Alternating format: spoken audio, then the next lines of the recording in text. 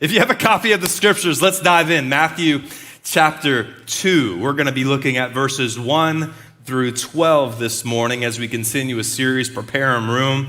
Last week, we talked about how Christmas has this funny way of being the most beautiful time of the year and the most crowded time of the year. It's like everything speeds up here as we draw the year to a close, when we want in our souls for everything to slow down. And so there's this contrast that's happening within our lives.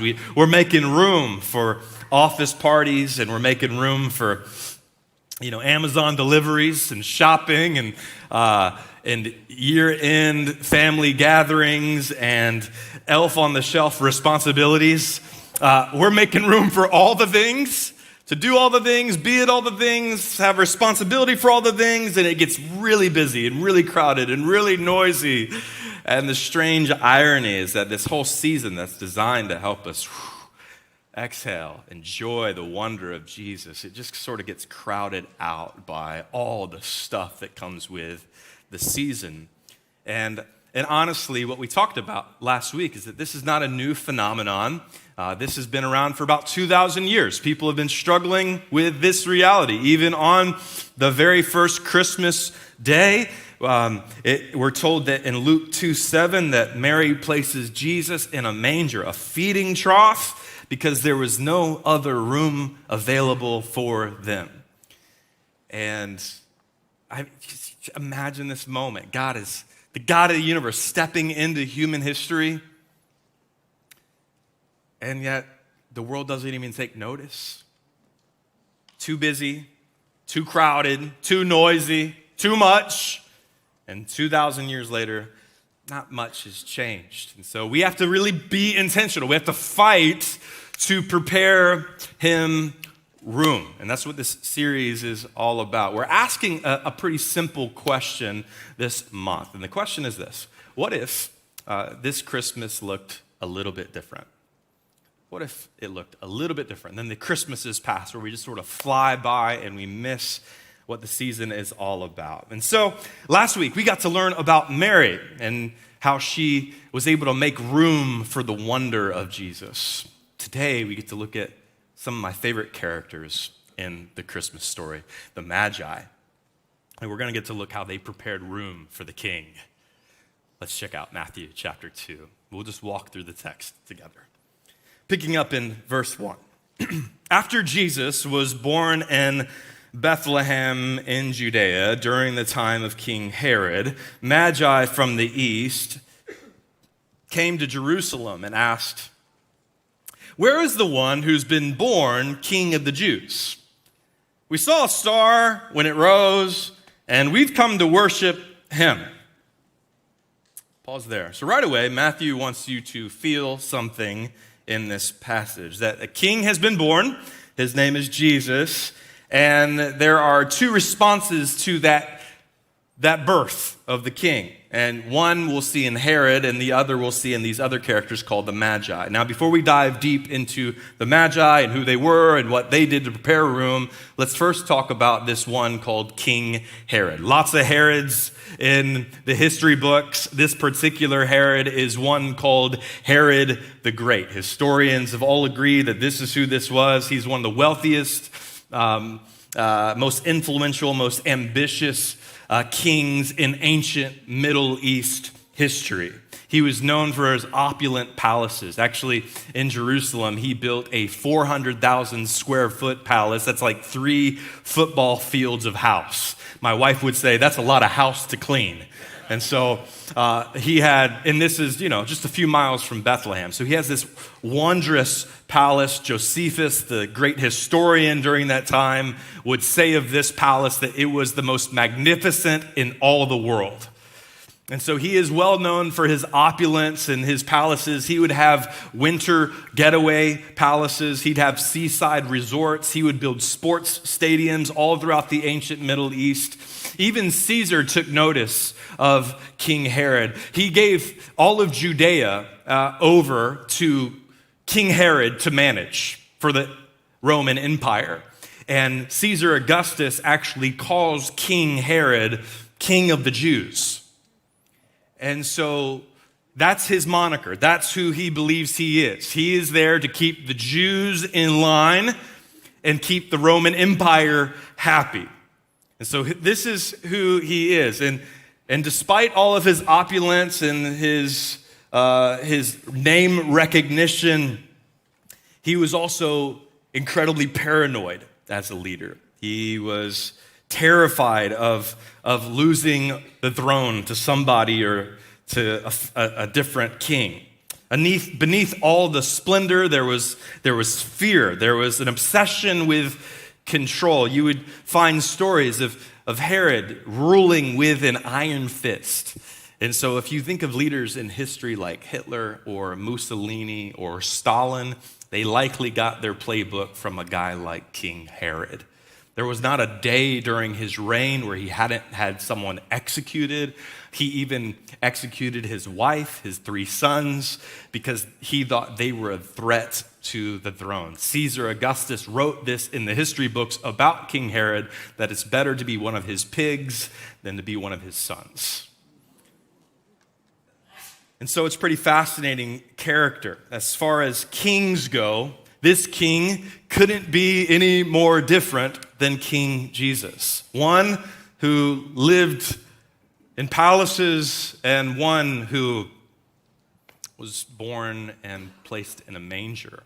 One king who was willing to take life to stay on the throne, and another king who was willing to give up his heavenly throne to save life.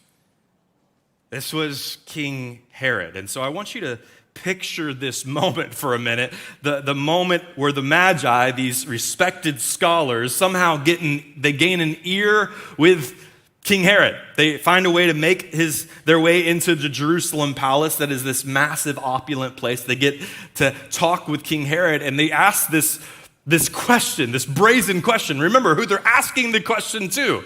Someone who's willing to kill no matter what, to keep his throne. They say, so King Herod, we're here because of a star, and we're here to see the King of the Jews. And if you're King Herod, you're like, well, you're looking at him. No, you're not the one. We're looking for the one who was born King of the Jews. And you can imagine this was a violent response coming back. And we see that in verse 3. It says, when King Herod heard all of this, he was disturbed, and all of Jerusalem was with him. That word for disturbed means shaken violently. So he was shook. He was rattled to the core. And the reason it says all of Jerusalem was rattled to the core is because when Herod has a bad day, everyone has a bad day. They're all terrified because Herod is now shaken. He is shook. What shakes him? Well, if you fought your whole life to keep the throne, to believe you're the king, what happens with the announcement that there's actually another king? Now, Herod had some major issues, and he did a lot of evil in the world, but before we brush past that reality, I want us to just take a look at our own lives and hearts for a minute. I think if we were to be honest with ourselves this Christmas season, there might be a little bit of Herod inside of all of us. Maybe not like killing the people every single day and all that stuff, but that whole piece that I like to be king, and it feels like a threat when there's an announcement of another king. I like to be in control of my life. I like to be in control of everything around me and everyone around me. I like to sit on the throne of my life and to realize or hear the news that there might be another one that I have to submit to. Well, that's uncomfortable, and that is where King Herod is at. And so what does Herod do? In verses 4 through 8, you see the picture. He gathers his most trusted advisors, and he says, what do you know about this star and this announcement of a king? And his advisors say, oh, well, that's easy. That's an Old Testament prophecy that people have believed for hundreds of years, that there's a king that's going to come out of Bethlehem, and this star is going to lead us to that king. And so Herod, rather than making the 6-mile trip to go find this king, he tells the Magi, well, how about you go find this king in Bethlehem and report back to me where exactly he is so that I can go worship him as well. That's what he says in verse 8, which we know that's not true because later on in verse 16, when he's outsmarted, outwitted by the Magi, and they don't go back to him and report the news about where Jesus is and his whereabouts, King Herod goes and sends an army into Bethlehem and kills every boy that's 2 years old and younger. Like, we know he's not interested in worshiping a new king. He is threatened by the king. He wants to kill the king, not worship the king. And so what Herod is for us in this story, I'll put this on the screens, is Herod is the picture of a life that refuses to make room for Jesus. Herod is the picture of a life that refuses to make room. That's one response that we can have this Christmas. I refuse to make room for another king. I'm going to be king. I'm going to do it my way. I'm going to have control. No thanks. No room. Or we can have the response of the Magi. They actually show us a completely different way to respond to the Christmas season. If Herod shows us what it's like to not make room, the Magi show us beautifully how to make room. We'll find 4 ways that we can notice the Magi make room for Jesus. Let's go back to verse 1 for a moment and begin to notice what the Magi do to make room for the King and what we might do to make room for him this season. It says in verse 1, if you go back, that Magi from the east came to Jerusalem ultimately to worship him. Now, before we get into all the things that we can notice that the Magi did, I think it's important to maybe look at some of those Christmas traditions we've believed or learned about the Magi, the wise men, and maybe take down a couple of our Christmas card misconceptions. I don't mean to be like Scrooge and burst the bubble. Everyone loves the wise men. We love our nativity scenes in our homes. And Daniel, what are you about to do? Just hear me out. You can keep your nativity scene where it is. It's beautiful. It's amazing. Keep your Christmas card with the 3 wise men on camels. That's great. Keep it. It's wonderful. But here's the thing. Number 1, these wise men were not kings, okay? That's one thing that we've heard before. We've sung the songs, we 3 kings, of Orient are, bearing gifts we traverse afar. Right, so there's a whole song, whole tradition built around 3 kings that have come from the Orient to come and meet Jesus. That's not what is happening here. First, they're not kings. The word for Magi from the Greek, it's Magoi, and it refers to a well-known scholarly, priestly class. These are foreign astronomers, dream interpreters. They're not kings, but they do often live within the king's circle. They're the king's advisors. If the king has a dream and they need it interpreted, these are the people that they go to. So they're very close to the king, but they're not the king. That's important to know. And another thing, I don't want to burst the bubble, there's probably not 3 of them. What? There's 3 wise men. They get the 3 gifts. That's true. There's 3 gifts, but there's no mention of how many wise men there are. We have no idea. Early Christian art have depicted as little as 2. It is a plural word, so it's as little as 2 and as many as maybe 12. And so there's a whole entourage. So when you imagine the moment where they come into Jesus' house or they come into Herod's palace, you can imagine just an entourage of these scholars.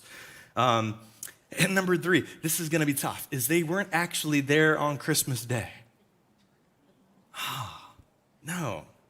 That really ruins the nativity set. Now, before you lose it, oh, I'm tossing this out of our home. No, don't do that. Maybe just place them off to the right a little bit.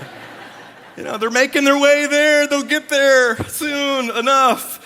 When Jesus is not like a little infant baby, he's a child. You'll see later in the text, it's the word child. Jesus is a child by this point. It's estimates of between 18 to 24 months.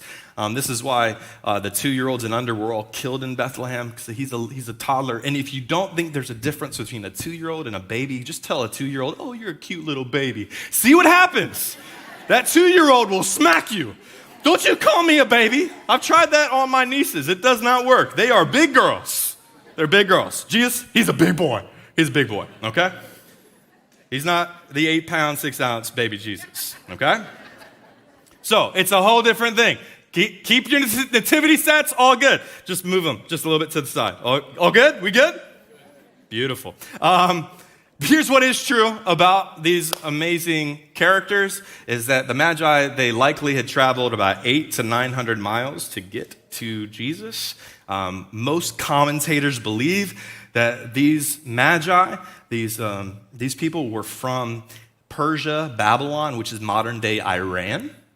And so they would have had to go through deserts and danger and uncertainty once they see this star, because they really believed that there was a king on the other side of that star. And what most Christians actually don't know is that the Magi knew what they were looking for.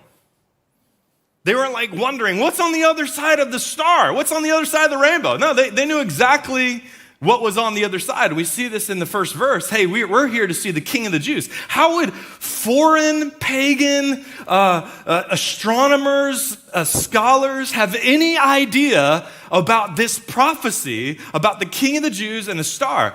Here's what's really cool. Most commentators believe that the wise men is a tradition that's gone for a long, long time. In 600 years before the Jesus moment, there's a time when Babylon comes in and they wreck Israel.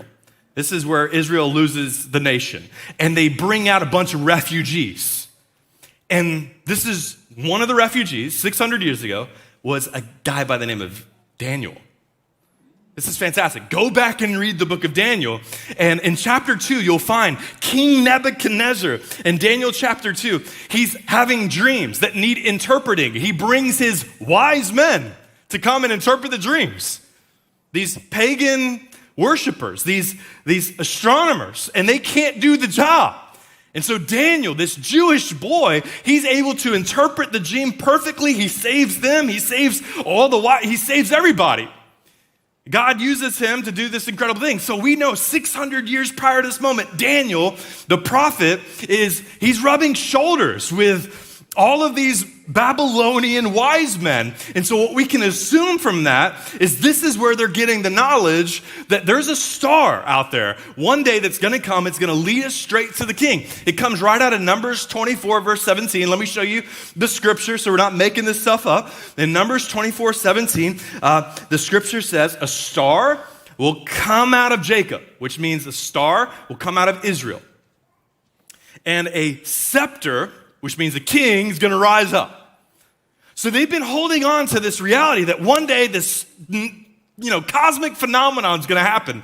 And it's going to lead them to not just the King of the Jews, but the King who is for everybody. And so that's just a bit of history on the Magi. Pretty amazing. And here they are. They're pursuing the king. They've gone about 1,000 miles to get there. This is not random. They're following a sign that was foretold by Daniel 600 years earlier. They're not wondering. They're not guessing. They're intentional. They're seeking the king out. They go 1,000 miles for it, following the star, rearranging their entire lives to see the king. Herod wouldn't walk 6. The Magi walk 1,000. Why? Well, Herod thought he was the king, and they knew they weren't. They wanted to meet the king. You ever been on the search for something that you really treasured? that really matter to you, I go on a search every day. I look for my wallet and my keys every single day. Every day. People have like, Daniel, I'll give you a system. I cannot use your system. I'm sorry. I lose something every day, and I go on a wild search for it. And so I know. And some of you today, you've searched for something before. Maybe it was a lost kid at Disney World. You've searched for 5 seconds. You thought you lost, and then they're right there. Maybe you've found yourself at Christmas time. You've searched for a Christmas gift you knew you bought, but you hid from your kids, but you forgot where you hid the gift. And then now you're searching on Christmas Eve like a madman, trying to find where the gift is. Why do we search so hard? Because it matters to us. What the Magi are teaching me this week is that your passion determines your pursuit. The thing that you're passionate about, you're going to go after. You're going to pursue with all that you have. And that's what they had. They had this passion to find the king. It wasn't accidental. It wasn't casual. I'm going to rearrange my life to find this king. And they went and sought him out. It's really cool what the scriptures say when we go seek after God. Let me give you some of the promises. When we go and search out God. Jeremiah 29:13 says, "You will seek me and find me when you seek me with all your heart." So there's a promise that when we seek God, we'll actually find him. He's not like hiding for us. He wants to be found. Amos 5:4, the promise is you seek him and you'll live. Hebrews 11:6 tells us that there is a reward in seeking him. And Matthew 6:33, one of my favorite passages, seek first the kingdom and his righteousness, and everything else is going to be taken care of for you. So all that to say, what the Magi are teaching me this week for Christmas is making room for the king, at minimum, involves seeking him.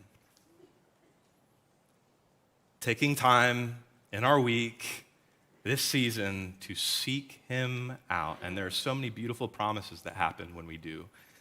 We'll be rewarded, we'll find him, we'll live. Everything else will be taken care of as well.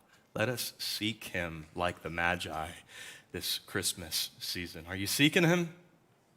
You find yourself passionately pursuing him? Let's seek him. So the Magi, they show us, number one, what it means to prepare room. It's to seek the king. But the next thing we see is something about joy, that the closer we get to Jesus, the more joy erupts in our lives. So I just want us to continue on, verse 9 and 10.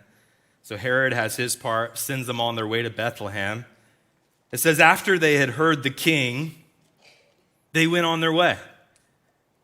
And the star they had seen when it rose went ahead of them. It was like leading them to Jesus, until it came to rest over the place where the child was. And when they saw the star, they were, say this word with me, they were what now? They were overjoyed. So this word overjoyed is actually 4 Greek words put together, and we see it as one word in English, but it's stacked. It literally says they rejoice with exceedingly great joy.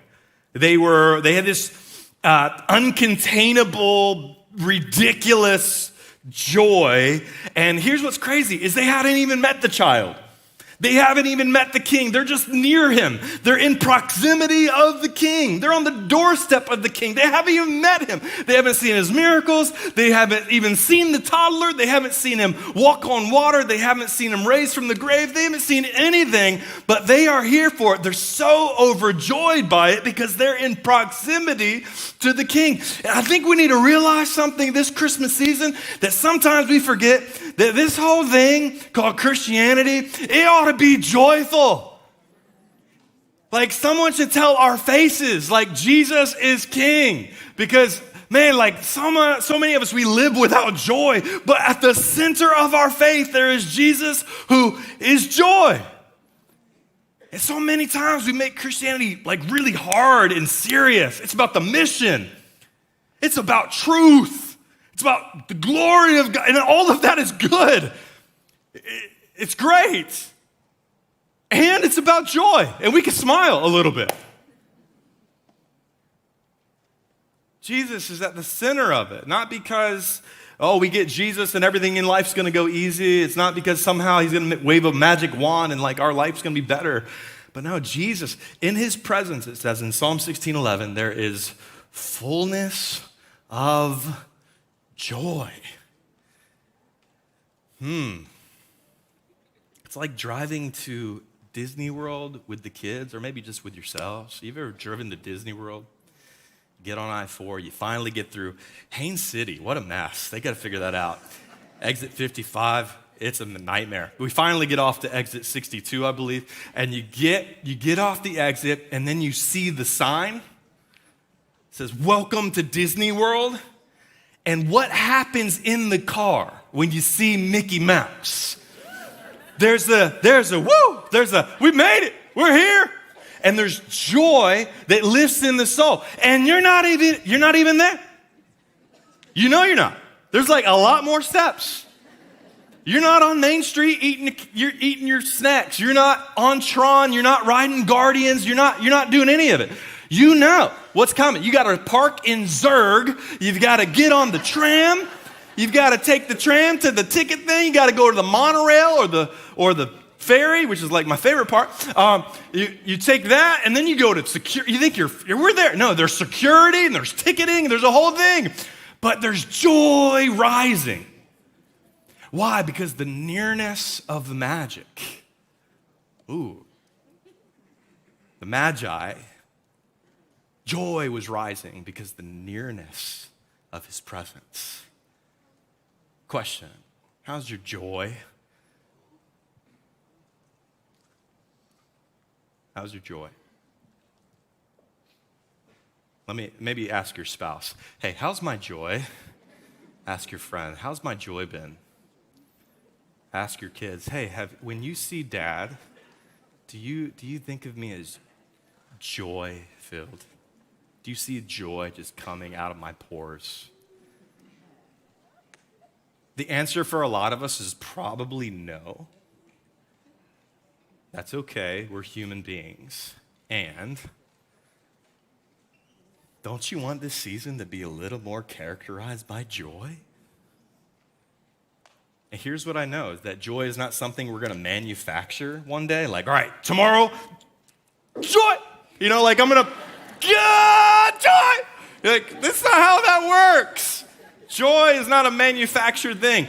Joy is, I didn't know that was going to be funny. Joy is a byproduct. It's fruit. Trees don't, no, it's just fruit. It's fruit. It's the fruit of nearness to God.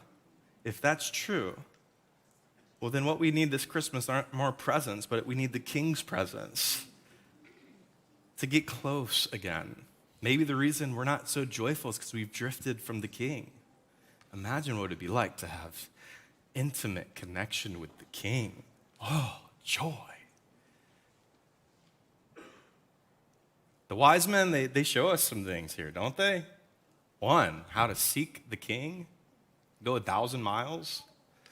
They're making room.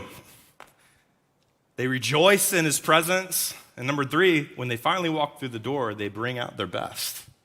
Let's keep reading verse 11. You all know this. This is the most familiar part of the Magi story. And here's what we read.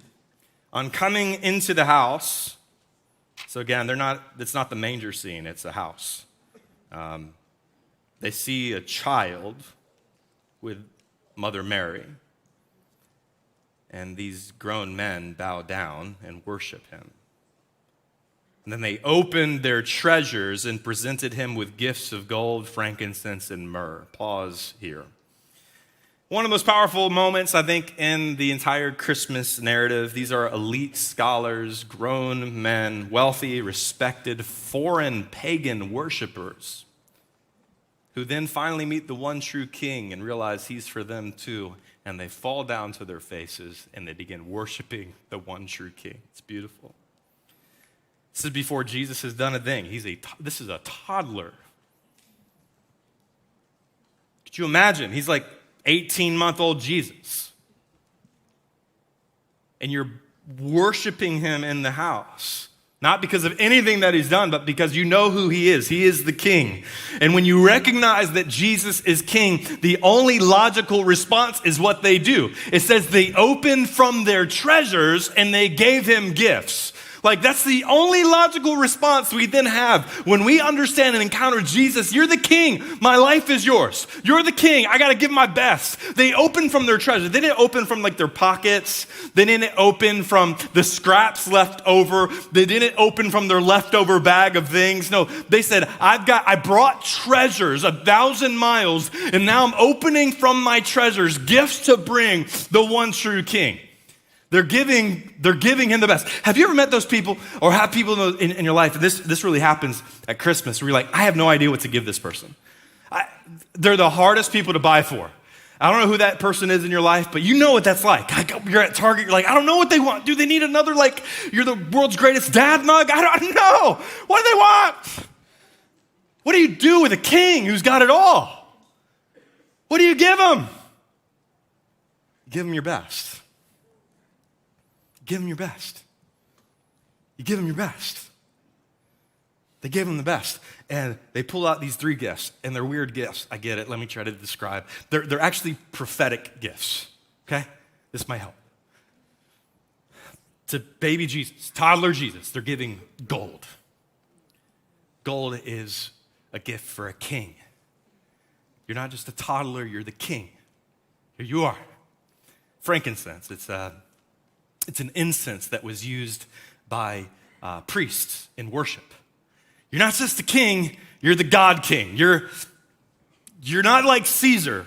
You're not like an emperor. No, you're like the emperor of everything. They're recognizing your king and your God. Here's frankincense. And then they offer him myrrh, which is a really weird gift to give a 18-month or a 2-year-old baby Jesus. It's resin that's used for embalming for burial.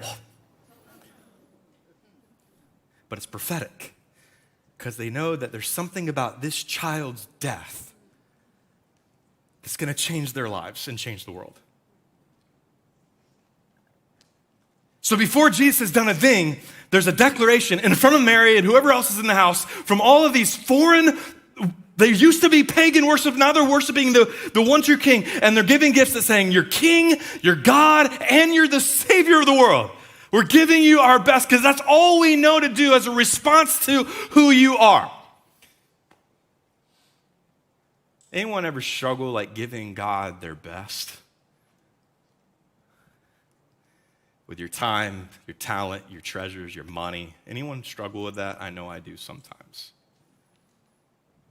But it's the only logical response to the king. Sometimes it's like, I don't know if this feels like a sacrifice. This feels really big to give to God. And there's a story that this reminds me of, this stress or this tension that we feel. It's about a beggar and a king. One day, this king walks into the village, and there is a beggar who realizes it. He's like, oh, this is my moment. The king is generous. He's going to give me something. And so he, as the king comes around the corner and he sees him in all of his glory, he holds out his bowl of rice, hoping the king would give him something, money, food, provision, something. He's a generous king.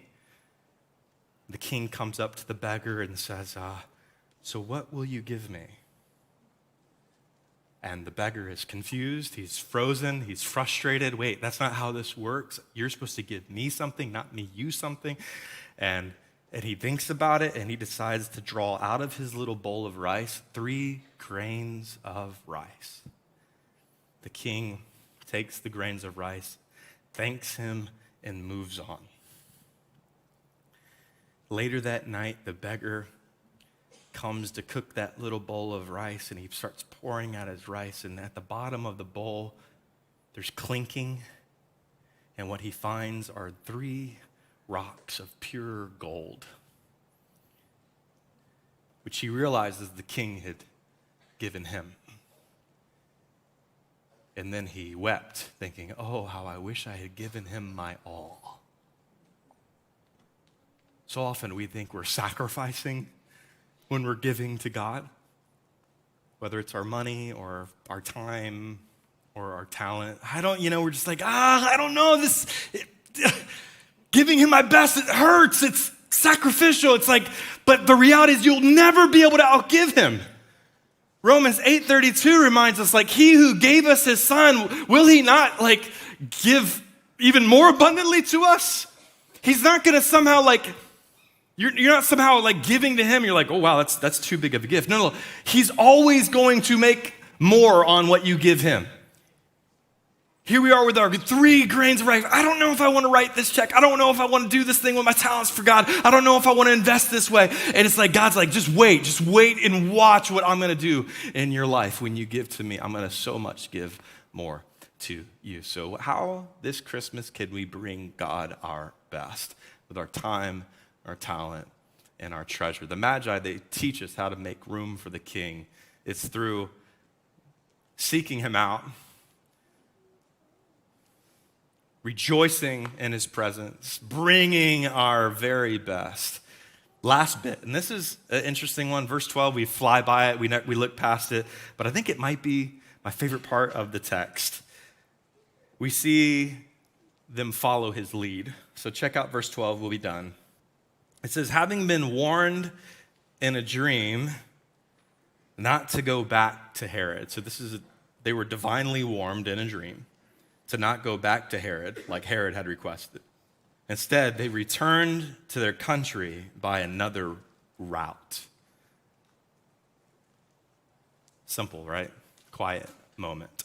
Easy to miss. But I think this is the entire Christian life summed up in one sentence, is they came to Jesus one way and they left a completely different way. Do you see that? They came to Jesus by one route. They have an encounter with the king. They realize, oh, he really is the king. They heed his warning and they go a completely different route. They follow his lead. And that is what it means to have Jesus as king, is you follow his lead. Jesus is not interested in being a consultant in your life. He's interested in being king, because he is king. And if he's king, what he says goes. What he says goes with our body. What he says goes with our relationships, with our integrity, with our purity, with our actions when we're at work, in our marriage, with our kids. What he says goes. He's king. We're not. He gets the throne. So my question for us as we close is, so where is the king wanting to redirect you today? Is there a person that you've been holding on to bitterness towards that you need to go ahead and forgive? That would be the word of the king. Is there a relationship that needs restoring this Christmas? Is there a grace that needs to be offered in your home this Christmas? Is there help that you need to go seek this Christmas? Where's the king redirecting you? Is there something in your boldness? Maybe you've been really timid lately and you haven't been sharing your faith. Maybe the king's like, hey, there are people right in front of you that I want you to share. Let the king guide. And here's what's beautiful about the king is he's never going to lead you down a path that's going to ruin you. It'll always be towards life. May not be easy, but it'll always be towards life. So who's your king? Who's my king?